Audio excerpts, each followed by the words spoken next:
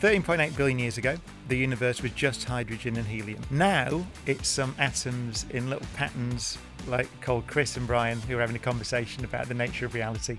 That's emergence. How do you go from a few atoms 13.8 billion years ago to things like us that can have a chat? It's Voyager, right? It's the most distant human-made object. Yeah. And I sort of say in the show, is it our one and only step into the interstellar space? Is it our Chesney Hawks? Or is it the third? Yeah, because we're at this pivotal moment where we're on the edge of becoming a multi-planetary and maybe an interstellar species. What might we achieve in the next 5 years? We have 2 spacecraft on the way to Jupiter now, both aimed at looking at the moons of Jupiter with an eye on life, trying to understand whether they're habitats or not. So what I would love is for us to discover that we're not alone in the solar system. But we don't know, of course. It might be that we are alone in the solar system. Yeah. That's the thing about discovery, you never know. Virgin Radio. Well, it's very special now, isn't it? We've got an audience. Yeah. Hi, Val. Hi, Mark. And fortunately, we also have a guest. We do. Who might that be? Our next guest is a superstar scientist who once upon a time taught us that things can only get better. He's throwing particle parties across the globe as he embarks on a brand new tour, Very Emergence. good. So we've got stars in our eyes as we chat to the charming chatterbox that is Professor Brian Cox!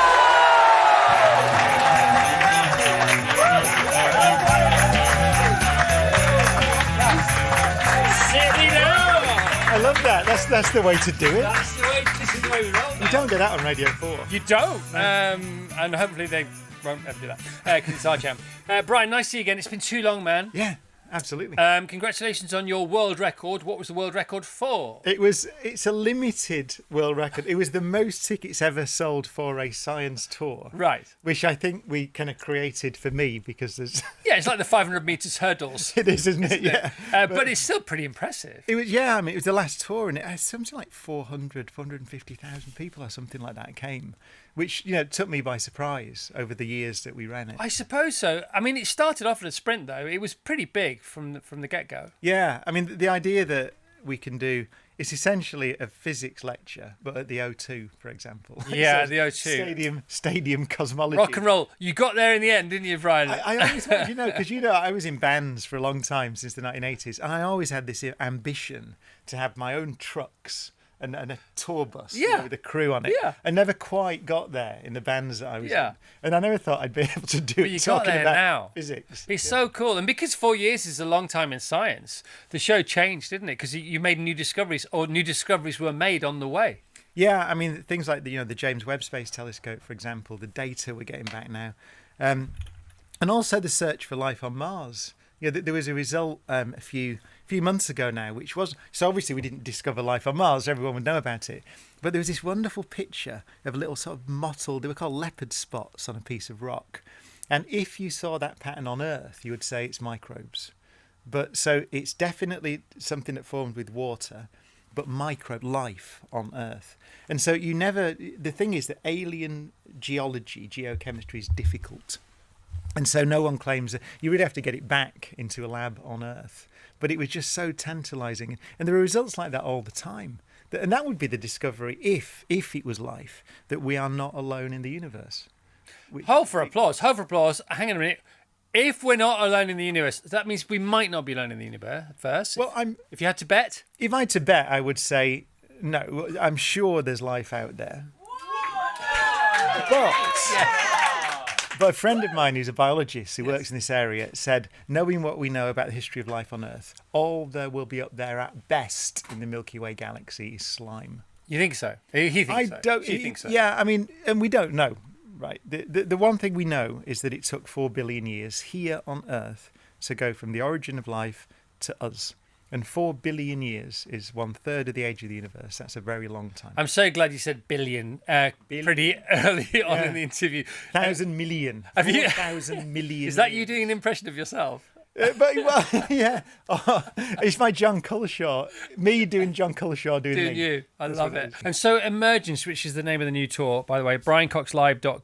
.co.uk. How long is this going to go on for, this one? Well, the last one went on for about 4 years. Yeah, I know. So it could be that long again. Yeah, I mean, the big shows are next year in October Yeah. in the UK, and then we go off to Canada and America and all over the place. All right, so but you're sort of road testing it now, aren't you, if you like? Yeah, it's not even called, it's at the moment on the tickets, it says Brian Cox, a work in progress. Perfect. And I'm going, that's a bit of Yeah. I walk on as a bit of an insult, isn't it? That Brian Cox, a work in progress. Well, it's I suppose theory I and am a work practical in- together, isn't it, I suppose? Yeah, a work in progress. No, it's and the whole thing about emergence is, so if you could give us like 24 words max definition of emergence. So 13.8 billion years ago, the universe was just hydrogen and helium. That's it, right, just after the Big Bang. Now it's some atoms in little patterns, like called Chris and Brian, who are having a conversation about the nature of reality. That's emergence. How do you go from a few atoms 13.8 billion years ago to things like us that can have a chat? Voyager, right? So Voyager, you said it in an interview that I listened to on Star Talk, which is a great podcast. You on Star Talk, Neil deGrasse Tyson, off the chain, and the other guy who's with him, who's brilliant. Yeah, he's great. You started talking about Voyager, and you said that Voyager is either the end of our journey to as far as we'll ever dare to go, or still the first sentence in the first paragraph on the first page of where we might end up. Yeah. What's if you had to decide on one or the other, which would you decide on? It's a good question. I mean, that's the second act of the show. So Voyager, the bit launched in 1977, still in touch with them today. Takes light a day to get from them to us. So 50 years in space. They have tape recorders on them. So it's a proper trip. So it's the most distant human-made object. Yeah. And it carries this record of Earth, like memories and messages from Earth. And I sort of say in the show, is that the last is it our one and only step into the interstellar space? Is it our Chesney Or Hawks? is it the first? Is it the first step? Yeah. Because we're at this pivotal moment where we're on the edge of becoming a multi-planetary and maybe an interstellar species. As I mentioned before, if we're the only civilization, in the galaxy, it may be down to us to bring meaning and life and intelligence to the galaxy. We're on the edge of doing that. So I hope, of course, that the Voyager is the first messenger to the stars. Yeah. But if we get it wrong at this pivotal moment, it might be the last messenger to the stars. So there's that kind of underlying message in the show that look what we can do when we, first of all, we accept that there are things that we don't know. I say at the end that I'm worried there are too many people in the world today who think they know everything. That's what changed in the 1600, which led to the invention of the modern world. It was people saying, there are things we don't know. That was the radical shift. Yeah. So I want that. I hope we remember that now. And you do say, like you said there, you said, look at what we could do. Yeah. And also look at what we have done. Yeah. From caves Well, to chaos. 400 almost. years from the birth of modern science with Kepler, Galileo, 1600. They saw a few planets with their eyes. Then Galileo built a telescope and started seeing the moons of Jupiter. In 400 years, we've gone from looking at those worlds, and I say at the end of the show, and wondering about them, dreaming about them, to sending spacecraft to them all in 400 years. Crazy, isn't it? So it's remarkable. I think it was Neil deGrasse Tyson. It may not have been him. But somebody recently said, somebody who knows about this stuff, they said, if it was down to economics, if like a nation's survival, a superpower survival depended on it, depended on being on Mars, we'd be there in 9 months. Do you concur with that? Yeah, I think it's hard. We know how to get there. Yeah. And I think we could probably send people there. You're right, though. It takes 9 months. So being in a little spaceship about the size of this table, this for 9 months, I don't know whether we understand how that works psychologically. But then you've got to this really difficult place.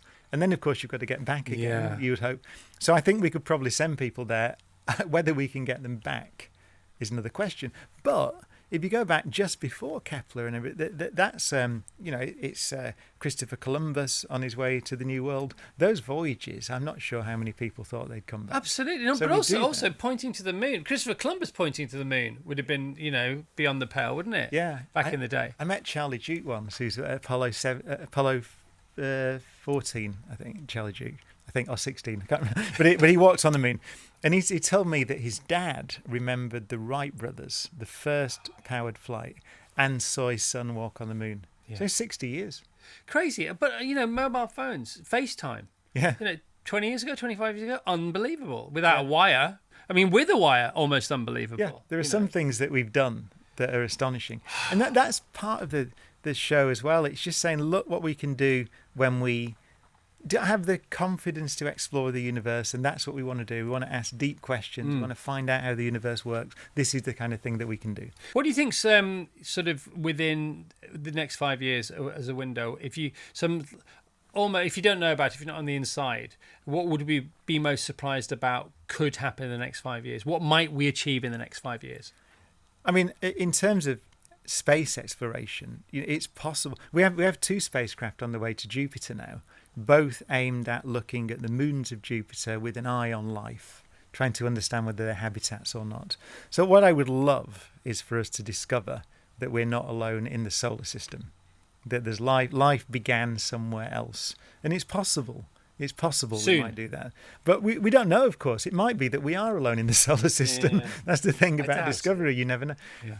Well, microbes, we don't know. I mean, I say this in the show. You look at life. It's really complicated, right? The biochemistry is complicated, DNA and all those things. The claim is, what we're saying is that just happens on a planet. So you got some geology and some water. That's emergence. And then, that's emergence. And then you get something like DNA. Well, we don't know how that happens. We don't know how likely it is to happen. Yeah. We don't know how it happened. But there's a reverse engineering route map, maybe. Yeah, so we can follow it back, but with the actual what started. Yeah. How did there's an idea that life is really just like computing. It's information. It's storage of information, processing of information. But you're talking about, just like this cup. You fill it with chemicals. You have a bit of time, and it starts running a computer program. Is what you're saying. Yeah, That's what life is. So we don't know how that happened. So we've got some ideas. There are different theories. But really, I think we'll only understand that if we see it happen somewhere else. If you look at the stars for just 30 seconds now, or, I try to do it every night before I go to bed and every morning when I get up and I'm going to the if I can see them. If not, I look at the sky. And it just immediately, it's like a fifth dimensional sort of super express lane to getting you back to some place of knowing where you are in the universe, knowing the fact that it's all amazing, knowing that you're minute and also magnificent at the same time, and it's very reassuring and it's very relaxing. Yeah. And if I have any anxiety, it just immediately takes it away, and I find it extremely useful. Yeah. No wonder you all seem so relaxed, because that's your playbook, isn't it? Yeah. I mean, you're right, and the thing about that as well is that the more you know about what you're looking at, the more magical it is. Of course. So now those points of light in the sky, we now know that they probably all of them have planets. So every little star you look at, there's a solar system there. There might be a little world with water on it. Yeah. There might be a world going around there with life on it. We don't know. But the moment you know they're not just points of light, it becomes even more fascinating. And, like the Andromeda Galaxy is one of the things you can just about see with binoculars, right? You'll see it. But just about the naked eye, you know where it is. The light from that travelled to your eye. It took 2.5 million years for the light to come from that to your eye. So you're seeing it as it was way before we existed as a species. Yeah. When that light began its I love journey. that fact that I'm not seeing you, I'm seeing you a billionth of a light year ago. Yeah. It's great, isn't it? Yeah. Because of the distance between us. Light goes 1 foot, because it's imperial, 1 foot per nanosecond. It's about 30 centimetres per nanosecond. Yeah. So yeah, you're looking into the past. Yeah. Because there is a time machine into the past, there just isn't one into the future yet. Yeah.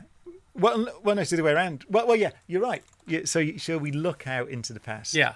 And we move into the future. We move into the future. Yeah. But it's sort of in the moment. If mums and dads listening now and they want to buy their kid a telescope for Christmas, right? Yeah.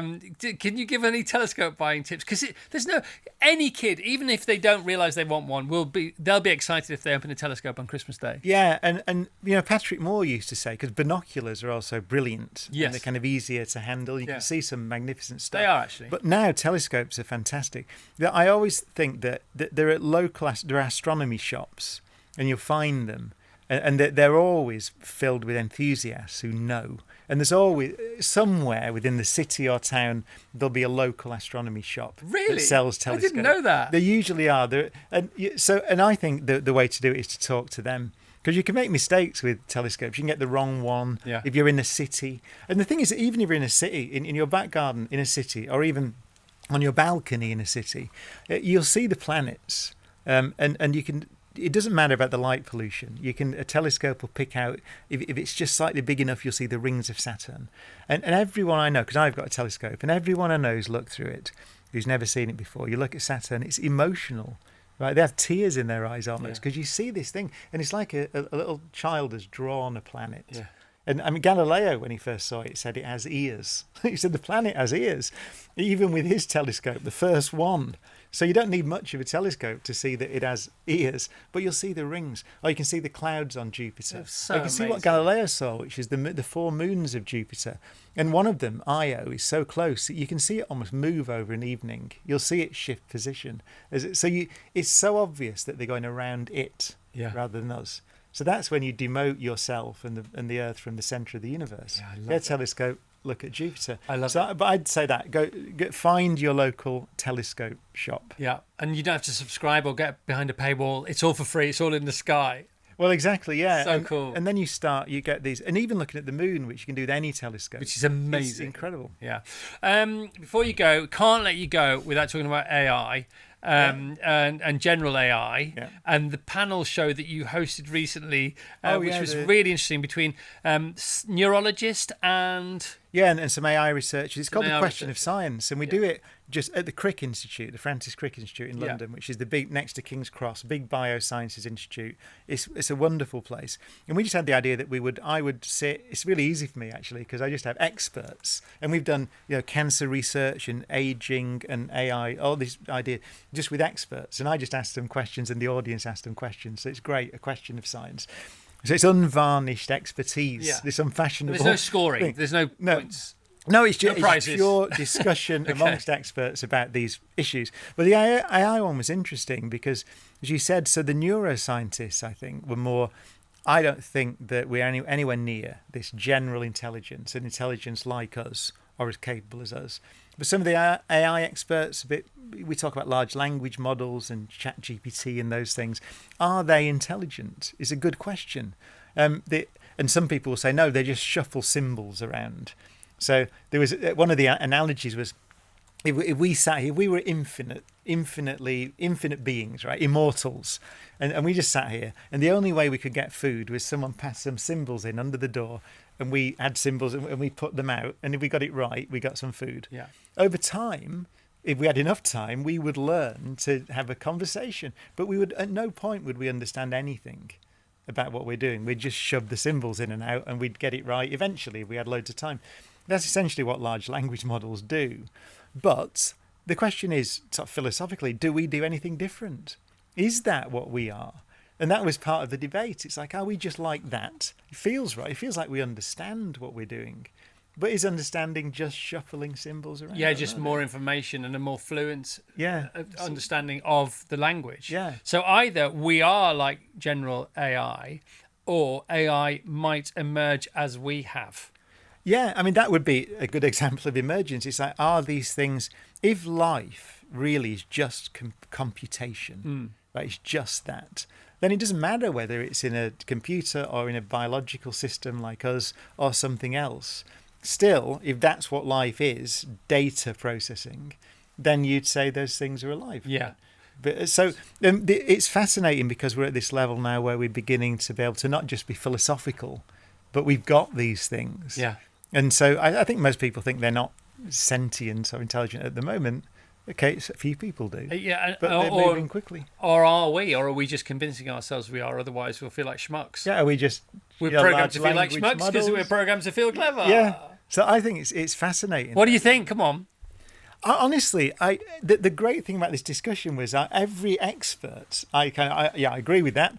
And then another expert would disagree. And I go, oh, yeah, I agree with that. Yeah. And I agree with that. And that, again, that's what we're talking about, really, isn't it? It's the fact that you don't need to have an opinion.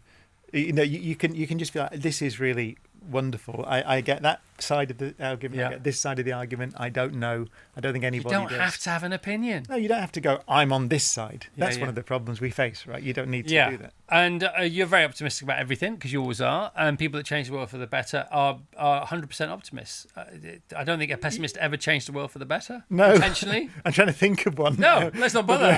Yeah. But yeah, I agree. I mean, the thing is that, as you said earlier, is the fact that we made so much progress and found so much out in the last few centuries, but we understand there's so much more to know. Yeah. And we're excited about it. Yeah, and we always think we're at the zenith of everything because it's our time.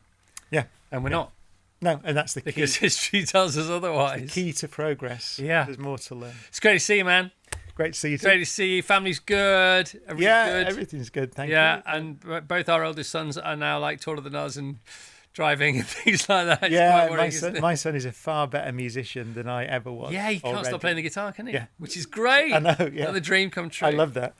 Brian, wonderful to talk to you. Always great to listen to you. I can't believe I get to be this close whilst doing that. Professor Brian Cox, Emergence. It's the brand new tour. It's the one that he's going to beat his own world record via. It's unbelievable. Emergence, the UK leg, the first UK leg. There'll be others. There'll be a whole body by the end of it. Begins in Edinburgh on Wednesday, the 7th of October, 2026, and wraps in Dublin on Saturday, the 14th of November. Well, he says that. 2026. Tickets available now via briancoxlive.co.uk or catch one of the warm-up shows. How do people do that? They're on the website, actually. There is warm-up shows, and they get more and more like the full show. And then we start the full tour in Helsinki, I think, in March. We've got some in Richmond Theatre, for example, just went on sale, which will be nice with the LED screens. Yeah. Pantomime March? No, it's in February. I might actually just have it installed. Just have it. So I feel, and I think I might start doing I might start nicking a few of the costumes. I might go on as like whatever Prince Charming or something. Yeah. Whatever it is. By the way, it's not fair because you haven't aged a day. So you must be doing something right. You still boxing? Yeah.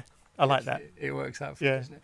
All right, that's it from us today. Tomorrow's going to be our last show, but it's not anymore. But still, stay tuned. We've got a Christmas sing-along. Rob Brydon's going to be here. Have the best ever Thursday. Thursday the, what is it now? 18th? Star power. Yeah, it's a Brian Cox Bespoke t-shirt, which you can win later on. Tomorrow, probably.